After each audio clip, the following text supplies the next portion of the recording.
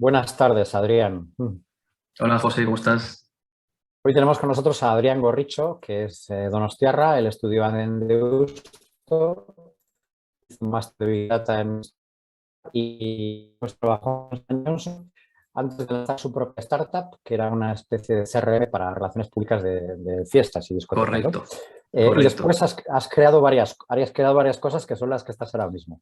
Entonces, yo creo que lo mejor es que nos digas, que nos empieces a contar la primera y creo que son hasta tres, ¿no? Si no estoy equivocado, ¿verdad, Adrián? O dos por lo Bueno, menos. eso Mm, es, dos por lo menos. mm, Sí, efectivamente, ujú, después de lanzar Fiesta, que no funcionó porque al final, pues bueno, hay muchas complejidades cuando se lanza un proyecto y más cuando eliges un mercado complejo. Conocí a varios inversores y uno de esos inversores, pues, es el que me llevó a Socios Q y ahí trabajé con él mano a mano y estuvimos creando, pues, la cartera que a día de hoy tenemos, que son 20 participadas, 20 empresas, startups invertidas, en las que la última inversión la realizamos en diciembre de 2020. Y desde entonces, pues ahora estamos en un periodo de desinversión, pero bueno, este proyecto no lo creé yo, sino que yo fui invitado. Y a razón de que ya dejábamos de invertir, pues ya entramos en un periodo de reflexión y dije, oye, ¿qué se puede lanzar? ¿Cómo ha cambiado el ecosistema? Y ujú. bueno, pues ahí ya lancé junto con Karel Escobar Backfan. Que Backfan pues, viene de una reflexión de ambos de un producto, o sea, cómo estructurar y cómo crear un producto pues, que se adaptase mejor a las necesidades actuales, tanto de startups como de inversores.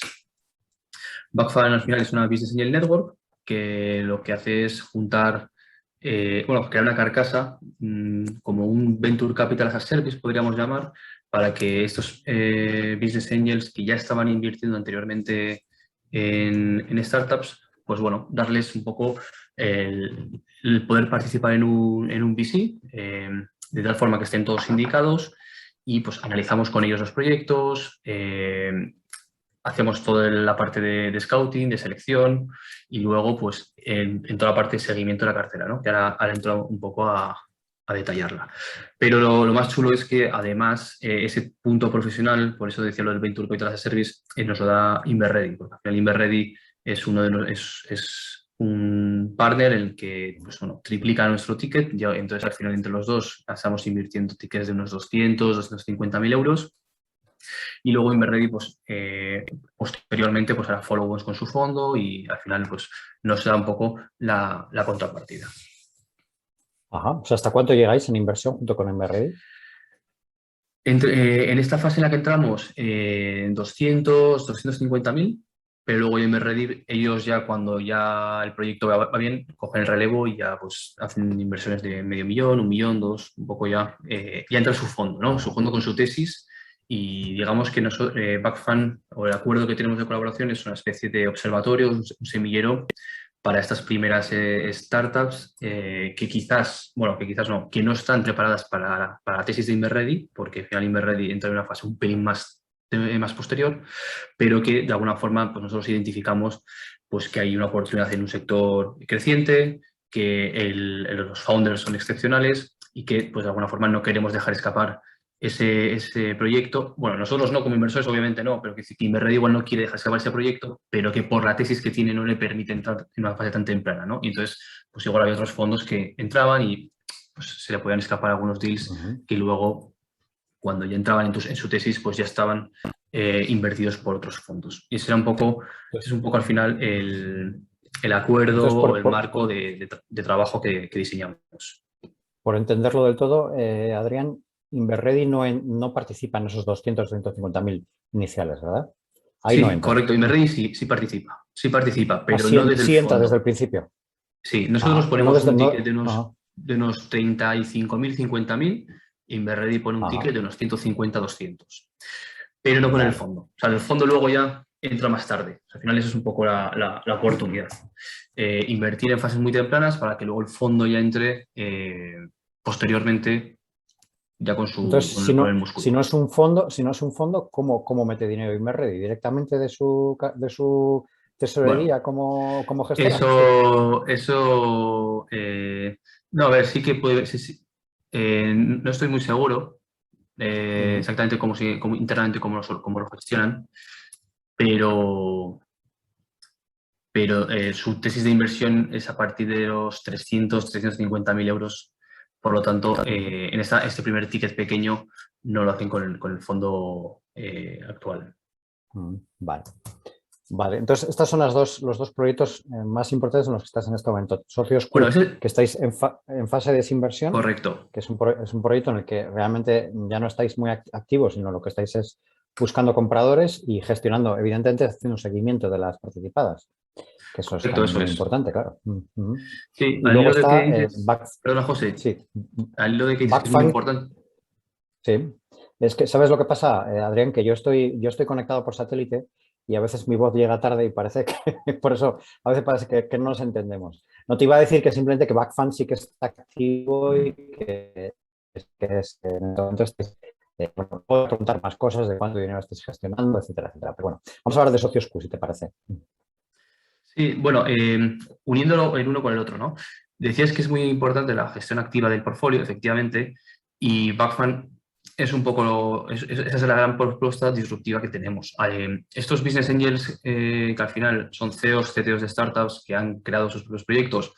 Otro tipo de perfil que tenemos es el de gestor de innovación abierta que trabaja en corporates y pues al final ven un montón de startups y luego perfiles más que han trabajado en Cabify, en Globo, en otras startups ya, pero de un nivel, o sea, de un tamaño ya grande. Lo que hacemos es aportar unas 150 horas de trabajo al portfolio de Backfund. De tal forma que además de la inversión, pues la startup tiene pues, un banco de horas en el que nos va consultando pues, los diferentes retos y diferentes cuestiones que tiene por delante y entonces pues, puede consultar sobre arquitectura de datos, sobre diseño, sobre cómo abrir un mercado en México, cómo abrir, cómo hacer unas contrataciones de ciertos perfiles. Los propios backers nos ayudan muchas veces también, porque son expertos de una industria concreta, pues a analizar un proyecto. O sea, entonces, de esa buena forma, una comunidad que está activa y que aporta valor eh, más allá del monetario. Ujú. Entiendo. Ajá. Esa es la apuesta disruptiva que hace Backfund, ¿no? Exactamente. Ujú. Muy bien. Eh, vamos a hablar un poco de Socios Q para empezar y luego seguimos Ujú. con Backfund, si te parece, Adrián. Perfecto. Socios Q, entraste porque había un inversor que conocías y te animó a meterte, ¿no? ¿Todavía estabais invirtiendo en esa fase o ya estaba prácticamente cerrado la Sí, parte de es todo inversión? mucho más curioso o gracioso incluso, ¿no? Cuando yo estuve con mi proyecto y empecé a seguir a gente, a perfiles de inversión y demás, en LinkedIn, yo ya estaba acabando porque mi proyecto ya pues, no nos quedamos sin caja, no funcionaba, y en LinkedIn encontré un mensaje que decía, oye, buscamos un analista. Y directamente yo le escribí, oye, me puede encajar. O sea, yo he estudiado esta parte, tengo formación en Big Data, toda la parte, sé algo de programación, entiendo bien cómo funcionan toda esta parte de los algoritmos. Yo creo una startup y de alguna forma pues tengo esa exposición al riesgo pues, por haber estudiado una startup, por haber trabajado en una startup, haber trabajado en una startup y que no funcione, pues ahí digo, ya de perdidos al río, me voy a un VC no profesional, o sea, una SL al final que estaba invirtiendo y que me ofrecían pues algo sexy, lo que me podía encajar y dije, oye, pues me lanzo. Y entonces es ahí ya donde empecé digamos, a traccionar y es donde pasamos de una cartera de unas 10 empresas, 8 o 10 empresas que estaban invertidas, a esas 20 que acabamos teniendo del Te ciclo. seleccionaron, ¿no? Les escribiste por LinkedIn y te Correcto, eligieron a ti. Ujú. correcto, eso es, Y eso sí. que no tenías ninguna experiencia como analista, realmente para ti eso era un trabajo nuevo, ¿no? Sí, había, luego después, hablando ya con Antonio Quintana, que es quien lideró el proyecto, me dijo que, bueno, pues al final me eligió a mí porque yo ya había creado una startup, o sea, estaba cerrando la startup, por lo tanto podía simpatizar o entender mucho mejor a los emprendedores y entender, tener un poco esa relación más de emprendedor que quizás un analista que igual tuviese, pues, otro tipo de visión, ¿no? Y luego, pues también no todo el mundo se lanza pues en las condiciones en las que yo me lancé en SociosQ, porque al final, pues es un proyecto con poco dinero bajo gestión, en un vehículo no regulado y que pues había que hacer mucho trabajo luego también de gestión con los inversores y demás, y al final había un trabajo, bueno, con cierta inestabilidad. Muy bien. Y te cogieron a ti. Entonces empezaste, había una cartera ya de 10 y faltaba, todavía había dinero para invertir, claro. Sí, Porque sí. invertisteis otras 10. Sí, a ver, Más o menos, ¿eh? Digo.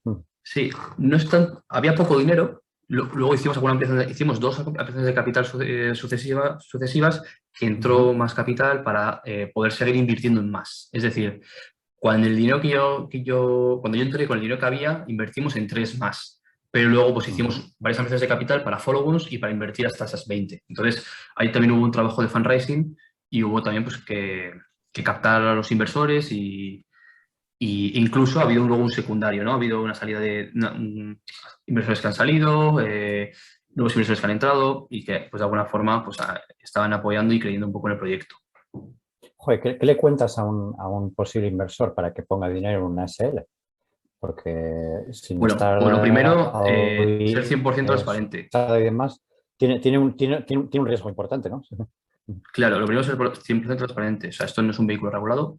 eh, por lo tanto, la CNMV pues no lo tiene supervisado.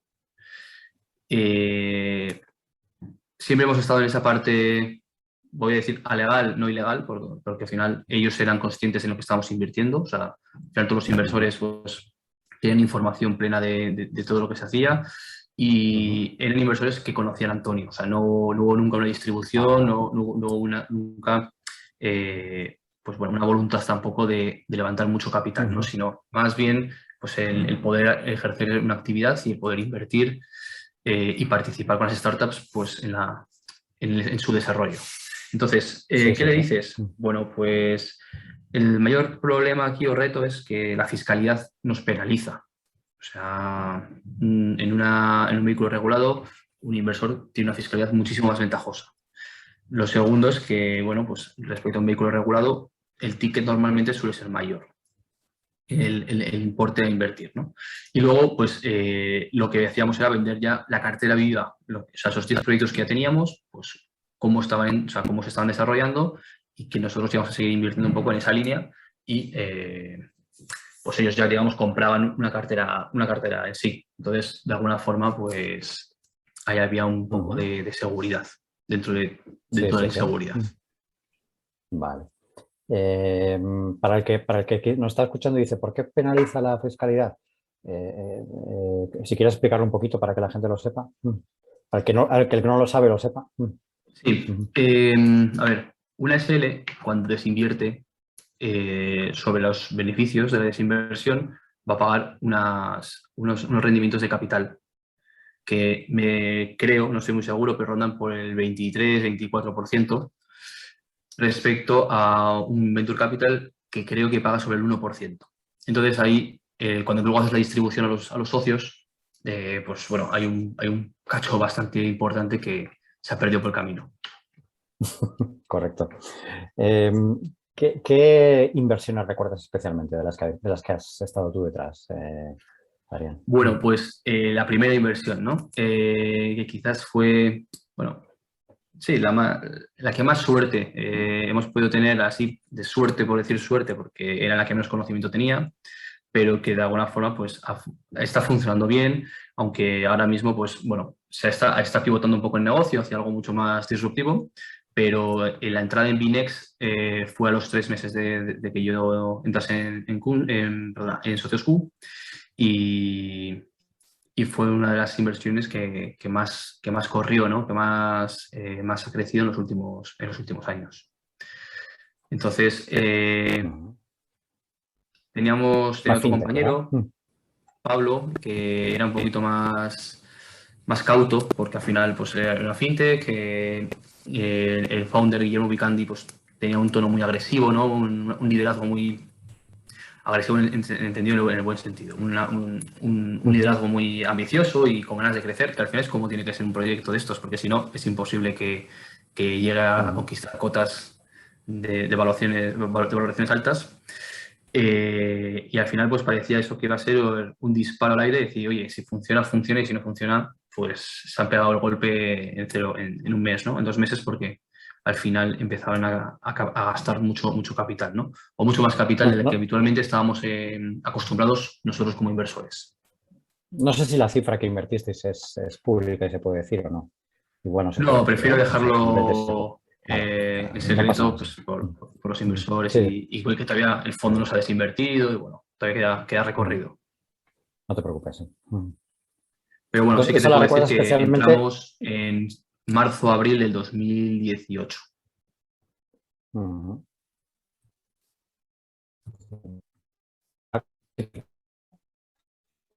Que era la ronda, ni era una de las iniciales, ¿no? Era previo a las rondas, ¿no? ¿Perdona, José?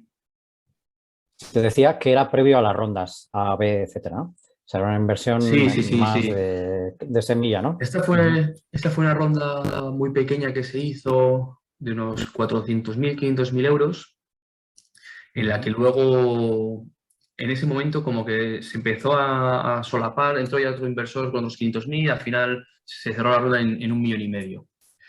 Fueron todos notas convertibles y luego ya a partir de ahí pues ya empezó a captar mucho más dinero y entraron luego inversores profesionales, entró Speed Invest, entró, bueno, luego ya entraron otros en siguientes rondas como DN Capital y algún otro fondo gordo ya.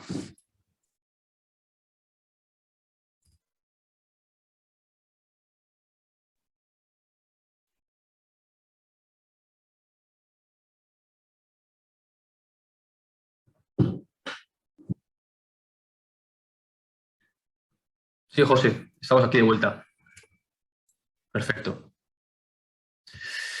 Pues bueno, entramos en una ronda de unos 400.000, 500.000 euros, en la que de repente empezó a haber un poco de hype o de FOMO, y al final la ronda se cerró en 1,5 millones. Entraron business angels europeos muy fuertes y con bastante capital, y luego ya en una ronda posterior ya sí que entró Speed Invest y entró algún otro inversor reconocido en el ecosistema, y ya en otra ronda luego después se hizo un crowdfunding, entró más capital y al final ya, pues bueno, ahora ya es un proyecto internacional, abrieron en México y en breves, pues ahora están mirando un poquito más hacia blockchain y en breves empezarán con una nueva propuesta bastante disruptiva. ¿Cómo os llegó el proyecto? ¿Está bien? Pues al final esto es cuestión de estar muy conectado en el ecosistema, y hemos trabajado mucho con un business angel al cual le tengo un cariño especial, que es César Barají, que bueno, hace un trabajo espectacular con las startups, y él además pues, invierte su capital y bueno, pues tiene una red de otros inversores en las que estábamos nosotros y le acompañamos en esta aventura y bueno, pues a la red de César. Y a la hora de analizarlo, ¿qué es lo que te animó a dar el sí? Pues a ver, cuando analizas una startup en una fase tan temprana, hay varias cuestiones, dos cuestiones, ¿no? Analizar el mercado, es decir, que sea un mercado gigante o que sea un mercado muy grande, que sea un mercado con una tendencia hacia positiva, hacia que productos digitales puedan disrumpir. Y luego, segundo, o sea, más importante que la parte del mercado o igual de importante es la del equipo. Oye, pues Guillermo venía de Londres, de haber trabajado en banca, con un background espectacular.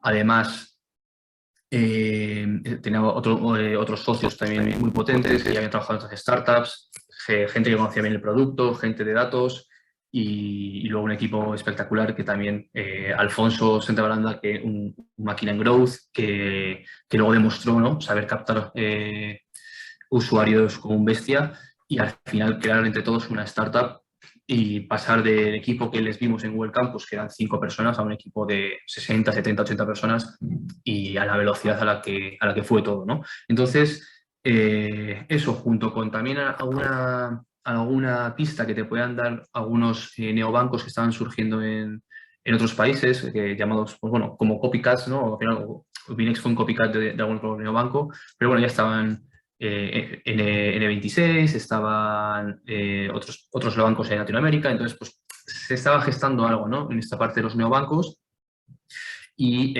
bueno, pues la banca tradicional le estaba costando entrar en la digitalización y en entender a ese usuario más millennial, generación Z. Entonces, bueno, pues con ese cóctel dices, bueno, agitas la coctelera y dices, oye, pues si tengo que pegar un disparo de 20, ¿por qué no pegárselo a esta gente y invertir en ellos, ¿no? Y eso es un poco al final cómo funcionan las inversiones en las fases más tempranas. Hay un punto de suerte, por supuesto, y digamos que nuestro trabajo no es tanto la inversión, que obviamente pues hay que elegir bien, es también generar ese deal flow y llegar a tener un buen deal flow y en un momento pronto, ¿no? Fresco, porque al final en los proyectos buenos luego pues se invierten, se cierran las rondas enseguida. Empezaste con buen pie, entonces. Empecé con buen pie, sí. ¿Alguna otra startup que recuerdes de esta etapa, de esta etapa de Sí. Tengo, bueno, al final gestiono el portfolio, tengo mucha relación te diría, una muy buena relación con más de la mitad de ellas. Cuando digo buena, es de amigos casi, ¿no? Que al final, aunque casi no haya coincidido con ellos en persona, pero ya son 4 años gestionando y pidiéndoles reportings cada mes o cada 2 meses, yendo a las juntas, firmando documentos y al final pues ya es una relación de amigos, ¿no? Sí, tengo especial también cariño a la gente de Wolá. Bueno, por edad, porque al final tienen mis años, yo tengo 31 años, ellos andan por ahí. Y luego, pues bueno, ese tópico del sevillano pues guasón, pues se cumple sobre todo en Enrique, ¿no? Que es uno de los founders.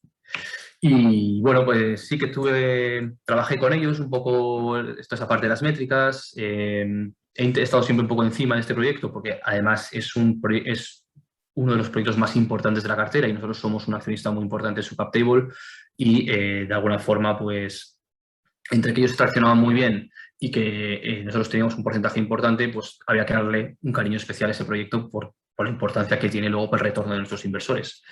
Y bueno, pues con ellos la sensación ha habido amor y odio, porque al final veías con un proyecto que funcionaba muy bien, le faltaba un poco de management, pero bueno, han sabido dar la vuelta y ahora diría que es una de las mejores startups que tenemos en portfolio y una startup muy a tener en cuenta en este 2022 que empezaremos en breve.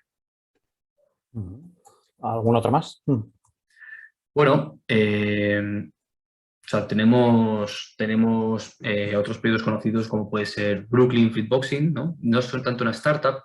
Inicialmente Socios Q empezó con una tesis de digitalización, ¿no? Porque al final Antonio y los inversores más tradicionales buscaban esa parte de digitalización y ahora te hablo un poco de Brooklyn, pero... Sí.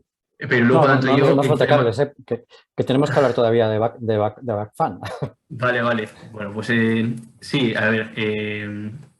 no, te voy a hablar de la segunda startup más importante, que bueno, que es Sionide, ¿no? Otro proyecto que cofundamos. Digo cofundamos porque al final en Google les ayudamos a hacer la SL, ¿no? Y entonces pues, estuvimos desde el principio. Y con Ionide pues ha sido un poco parecido. Jesús venía de una empresa que hacía más o menos lo mismo y pues Antonio trabajó en la parte de la reestructuración y creación de la nueva sociedad. Jesús salió de la empresa y arrancó con este proyecto. Y bueno, pues a día de hoy factura varios millones, o millón y pico, millón largo, y a beneficios es un proyecto que está en más de 40 hospitales y bueno, pues funciona muy bien y es otro proyecto importante dentro de la cartera, el más importante probablemente, junto con Gora. ¿Y seguís teniendo 20 participadas? ¿No han cerrado ninguna todavía? Sí. A ver, podemos decir que tenemos 10. Así, sin decirte el número concretamente, pero te ponemos 10. Sí. Hay algunas que han cerrado, otras que son zombies. La mitad. Exactamente. Digamos, ¿no? 10 que podamos desinvertir. Es bastante, ¿no? Sí, está bien, eso es un buen número, es un buen Es número, un, sí. O es sea, un 50% aproximadamente, ¿no? a ver, igual te digo, igual miro luego bien y tenemos 14 vivas, pero no, a ver, bueno, Ujú, realmente tendremos casi 14 vivas. Lo que pasa es que hay, ujú, las últimas inversiones que realizamos en 2020 siguen vivas porque al final, salvo una, siguen las demás vivas que al final ujú. pues tienen caja y están arrancando, Sí. pero de las que veamos que podemos hacer un exit, pues hay 3, 4 proyectos gordos importantes que son los que van a dar el retorno o que potencialmente pueden dar el retorno, y luego habrá otras 6 que se pueda probablemente vender algo y que pues puedan acompañar o dar un poco esas décimas en, el, Ujú, en la rentabilidad final, ¿no? A ver, vivas, ya te digo, tenemos todavía muchas, pero porque nuestra primera ujú. inversión fue en Sí, 2016. que no ha dado Entonces, tiempo que fallen, que no ha dado tiempo que fallen, está sí ha claro. habido algunas, Ujú, tenemos ujú, 3 que están muertas o zombies, ujú. 3, 4, y luego pues eh, hay algunas que se ve que igual nos va a dar, o sea, que no vamos a poder salir, que igual está funcionando, pero que de alguna forma pues, es difícil que salgamos como con un múltiplo. Y por eso te decía un poco Ujú, esas 10, ¿no? Que al final será las ujú. que harán en este último 2022, y en 2023-2024 pues podremos finalmente vender esas 3, 4, que eso es Ujú. pues, al final el 20-30% de la cartera, y luego pues si hay algún exit pequeñito más por el camino, pues oye, genial, porque genial por los emprendedores que al final después de tanto tiempo pues han conseguido vender, pero bueno, pues Ujú. también genial por nuestros inversores que les completa un poco esa parte, ¿no? Pero al final lo importante es tener Muy bien. pues de 20 inversiones, una muy, muy, muy buena o dos buenas, que son las que te completan las que te hacen devolver el dinero a los Sí, sí, sí. inversores. Muy bien. O sea, creéis que vais a devolverlo con creces, vamos, no hay ninguna duda al respecto, bien, ¿verdad? Lo tenéis Bueno, bastante claro. o sea, siendo Hombre, sincero, siempre hay dudas, evidentemente, como en cualquier tenemos negocio, pero dudas, vamos. Me has obviamente. dicho 3 4 que pueden dar retorno, es un número Sí, importante. tenemos Es dos prácticamente es un empresas. 20%. Sí, sí. Sí, tenemos dos Ujú, empresas, Wola e Ionide, que son las más importantes del portfolio, y que queremos, o sea, si vendiésemos esas dos, ya daríamos buen retorno a nuestros inversores. ¿Qué pasa? Que si se nos cae ujú, una de las dos, tendríamos ya algún problemilla, ¿no? O sea, ya probablemente junto con las demás, ¿no? Con esa tercera, cuarta, quinta que te digo, pues podríamos devolver dinero, pero ya no sería ese múltiplo o esa revalorización tan bonita que podemos tener ahora. Entonces, ujú. Sí, sí. pues sí, sí, sí somos optimistas. Vale. Bueno, vamos a hablar de Backfund. Aquí sí que habéis creado un fondo regulado, ¿verdad? No, tampoco. ¿Qué Tampoco, pasa con los tampoco, fondos es una SL. regulados? Es una SL. Backfund es Sí, una SL. para un fondo regulado soy consciente de que hace falta un importe importante, además, para empezar, ¿no? Claro, No es... claro. A ver, Backfund es una Y SL. luego, toda la tramitación legal que tiene todo eso también tiene un coste Sí, importante. Me hablabas sí, antes. sí, exactamente. Estuvimos mirando. Cuando creamos, bueno, Backfund nació en plena pandemia, y entre febrero y marzo ideamos lo que es Backfund a día de hoy, fuimos iterándolo, y en ese periodo estuvimos viendo cómo lo regulamos, que era nuestra idea, ¿no? Y al final, no, bueno, podíamos, o sea, la opción que estaba sobre la mesa era alquilar una licencia o, digamos, juntarnos con alguien que tuviese una licencia y, pues, estar regulados. Pero bueno, pues al final, por costes, necesitábamos 8 o 10 millones de euros, eh, y pues captar ese capital no es nada fácil. Y menos cuando todavía no tienes un track record o no has devuelto todavía un fondo anterior, como bueno, se puede considerar Socios Q. Y que bueno, aunque Karel también pues, estuviese súper bien conectado en el ecosistema, haya trabajado pues, en Tetuan Valley, haya trabajado en Google for Startups, haya trabajado en el ecosistema y conozca a mucha gente, pues no tenía un track record como inversor profesional, ¿no? Entonces,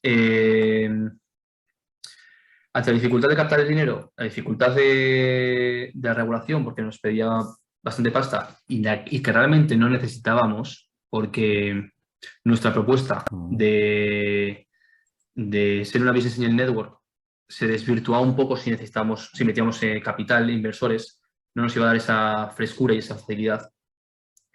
conseguimos solventarlo, digamos, o conseguimos, sí, solventarlo a través de Inverready. Inverready sí es un venture capital que invertimos con ellos y ellos sí están regulados. Entonces, nosotros entramos con nuestra SL en la startup e Inverready entra pues con su fondo, ¿no? Entonces,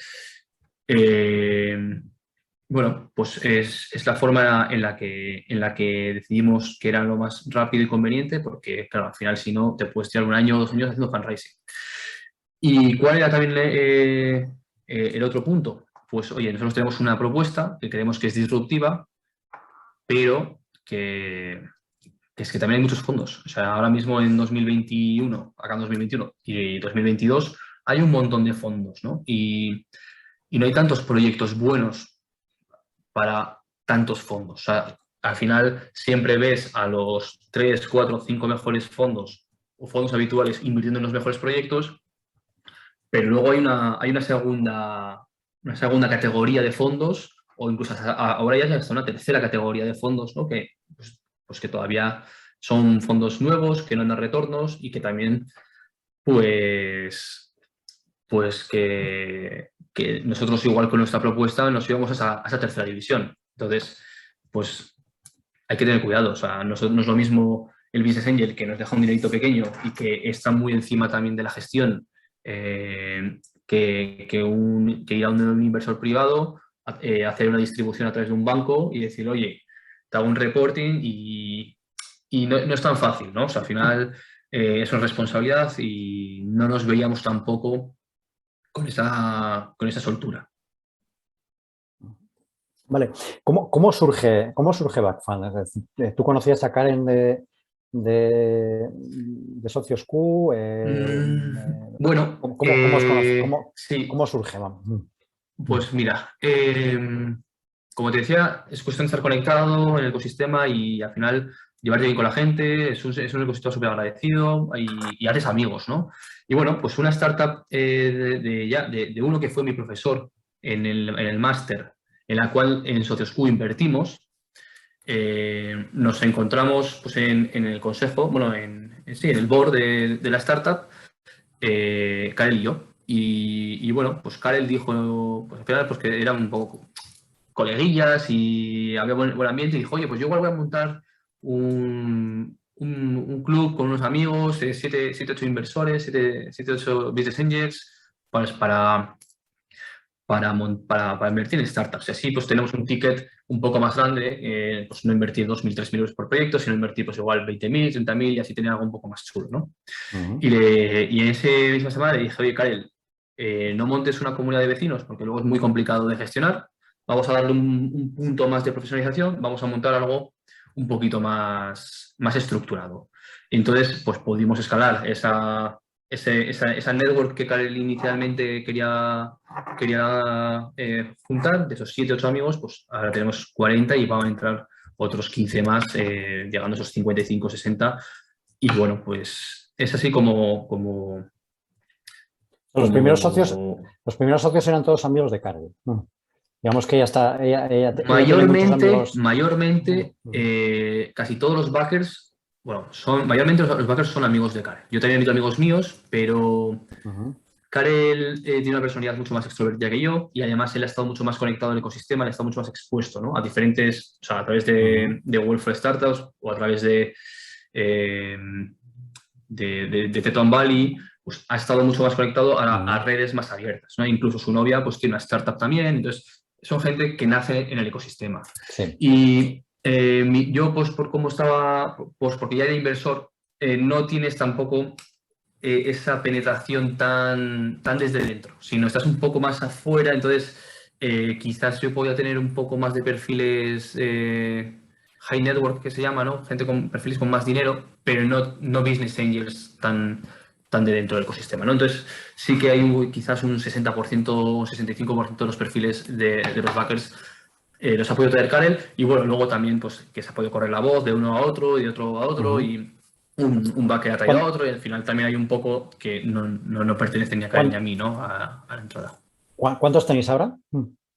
A día de hoy tenemos 42 y van a entrar otros 15, 17 business angels hasta tener 60 y ahí ya paramos. sí. Al final, bueno... Eso supone, eso significa que tenéis no traerá un mínimo de 30.000 euros, por decir una cifra, ¿no? Un mínimo. Y a partir de ahí, pues Sí, habrá algunos que pongan mucho más. O sea, que tenéis, claro, eso tenéis es. tantos socios que al final tiene que haber ya una cantidad sustancial. Sí. Sí, a ver, para ser backer hay que poner a partir de 10.000 euros. Y porque al final lo que nosotros queríamos no era tanto captar dinero, que al final es importante, obviamente, sino captar talento. Pero pues todo el talento tenía que de alguna forma invertir ese capital, porque al final esto es un vehículo, ¿no?, de inversión.